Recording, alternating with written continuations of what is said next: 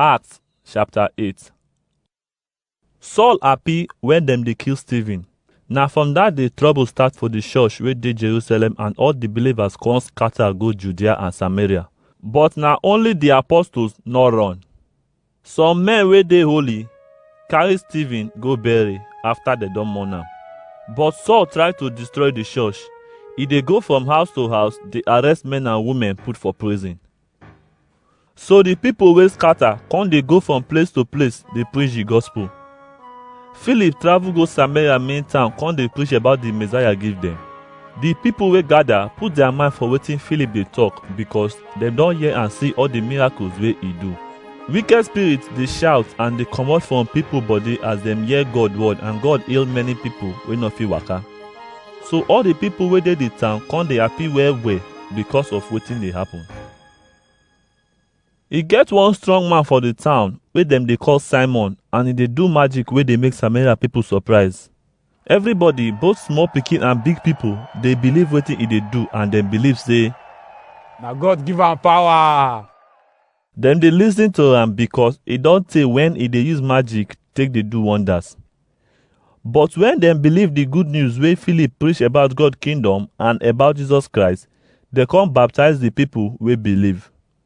Even Simon sef believe, and after dem don baptize am, e come dey waka with Philip, because all the miracles wey God dey do through Philip dey surprise am.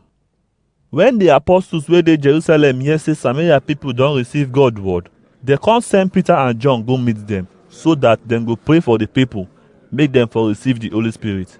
Because for that time, dem never receive the Holy Spirit. Na only Jesus name dem take baptize dem. Peter and John put hand for the people head, and they can't receive the Holy Spirit. When Simon see say people they receive the Holy Spirit as the apostles put hand for their head, he can't give the apostles money, can't say, Abeg, make una give me this power, make I for fit put my hand for people head, make them for receive the Holy Spirit too. But Peter answered am, make you and your money go die. You think say you fit buy God gift with money? You no get share for inside this thing wey God dey give, because God don see say na bad thing you wan take am do. So make you turn from sin come meet God, and from the bad things wey dey your mind, and pray make God forgive you. Because as he say, na long throat and bad belle dey worry you, and sin still full your mind.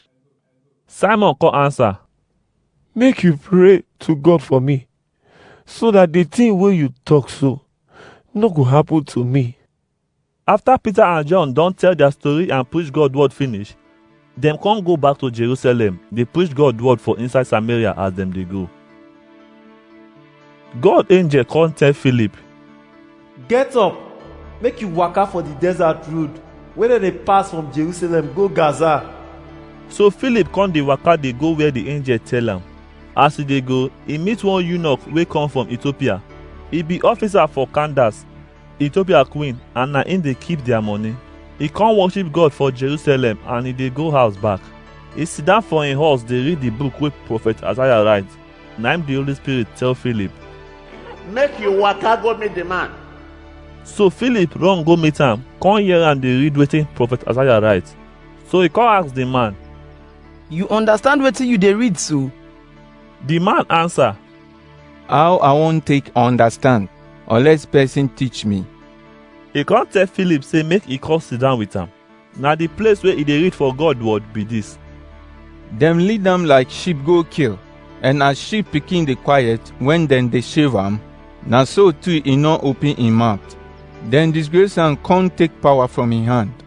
Nobody go fit talk about im children or im grandchildren, because dem kill am when e still dey young.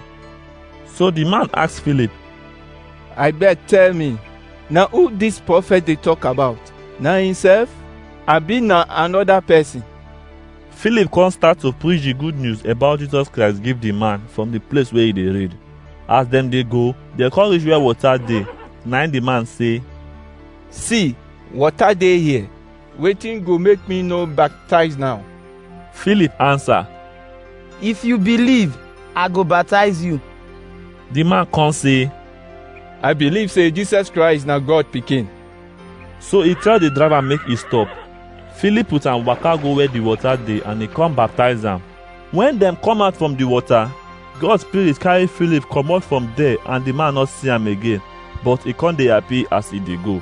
Philip see himself for Azotus, and as he dey waka pass for the area, he come dey preach the good news for all the towns till he reach Caesarea.